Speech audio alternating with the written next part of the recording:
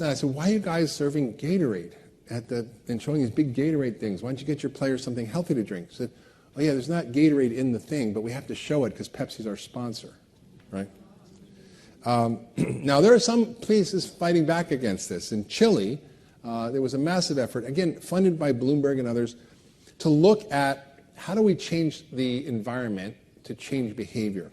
In Chile, had a doctor as a president and a doctor as the vice president of the Senate who was very vocal about changing these laws and protecting their citizens. They put in an 18% soda tax. They eliminated any advertising of any junk food from 6 in the morning until 10 at night on television.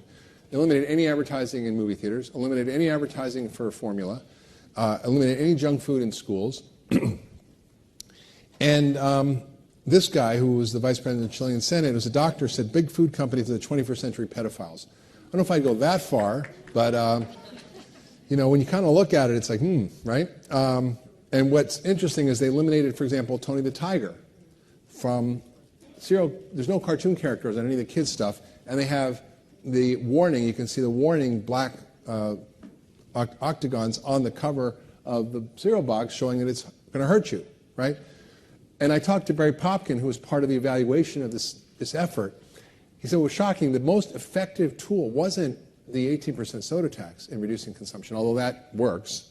He said it was the marketing. That had a 4-fold reduction in consumption of these products just through changing the marketing.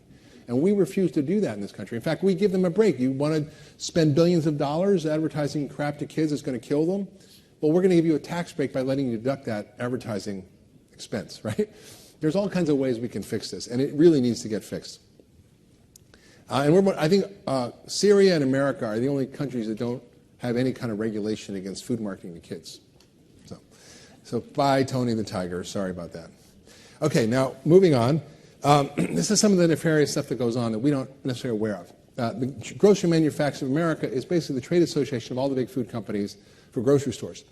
Well, there were $11 million that were recruited from big food, a lot of the big beverage companies and others, to oppose GMO labeling. And the Washington State found out about this, and they filed a lawsuit against the Grocery Manufacturers of America, which was the biggest fine ever for a campaign finance law violation, $17 million, because they were colluding. Now, after this, some of the big companies like Nestle's and Unilever, Mars, Danone, they withdrew from the Grocery Manufacturers of America. It's kind of falling apart now. Campbell's, I think, withdrew. And they created a Sustainable Food Policy Alliance. Now, it remains to be seen what they're going to do. It sounds good. It could be another front group. But I've talked to some folks at Nestle's and at Unilever, and they're interested in moving forward. In fact, one of them said to me, Mark, we left because the GMA was actively opposing any policies that would change anything in the food system. So they were really, by design, trying to block and oppose any effort to change any of the regulations that would in any way limit their ability to sell, market, produce junk food, right? Again, last election, there were 4 cities in California that approved a soda tax. The American Beverage Association, which used to be called the American Soda Pop Association, spent $30 million trying to oppose the tax. Bloomberg and the Arnold Foundation spent $20 million. So these are private billionaire philanthropists that are opposing the food, and it works when they do it, but unopposed. I mean, who has that kind of money? It's a lot of money to spend to just oppose one ballot on the ballot measure to spend $20 million. Bloomberg, I think he said he's going to put forward $500 million in the next election to try to influence it, or maybe it was $100 million, I don't know. I think he spent $100 million on his own mayor tax. Now, this is a recent thing. This was in Oregon. There was a group called, Yes, Keep Our Groceries Tax-Free. That sounds like a good idea, right? Parents Education Association. Sounds like we should believe them. Keep Our Groceries Tax-Free. It wasn't a grocery tax. It was a soda tax. And the American Beverage Association spent over $7 million trying to promote this measure, which is a preemptive ballot measure to prevent any future taxes. So it basically subverts the process of democracy by putting in a regulation that prevents future taxes. Public health groups, in part funded by Bloomberg, spent about $7 million as well and that measure failed in Oregon. In Washington, same thing. They spent $20 million promoting it, and the opposition groups didn't have that much money. They had $100,000, and guess what? It passed. So now you can't actually have any taxes on soda in Washington. And in California, I found out that even though there's soda taxes, the food industry went to Governor Brown, Governor Moonbeam they used to call him, who's probably the most liberal politician in America, maybe after AOC, I don't know. And he crumbled and put in this preemptive soda tax thing in California. So you can't have future soda taxes. This is the degree that they work. Farm Bill has $500 million in lobbying money to influence the Farm Bill. You say, who cares about the Farm Bill?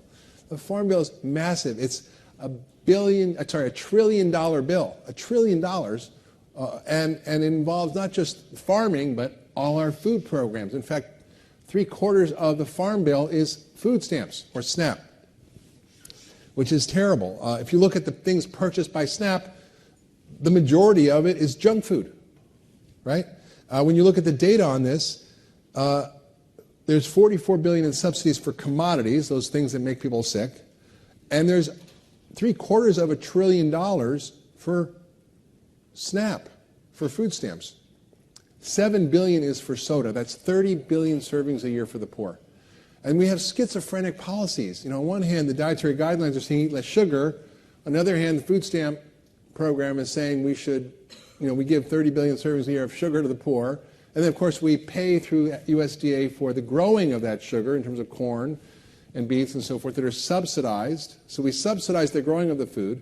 We tell people not to eat it, but then we pay for it to give it to the poor. And then we pay for Medicare and Medicaid on the back end, right? It's a problem.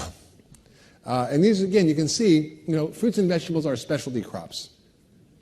They're not staples. We're telling people to eat 5 to 9 servings of fruits and vegetables a day.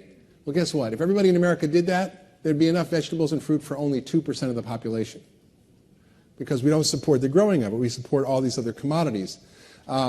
People who, again, consume these commodities have the most disease. We went over that, which is partly why food is so cheap.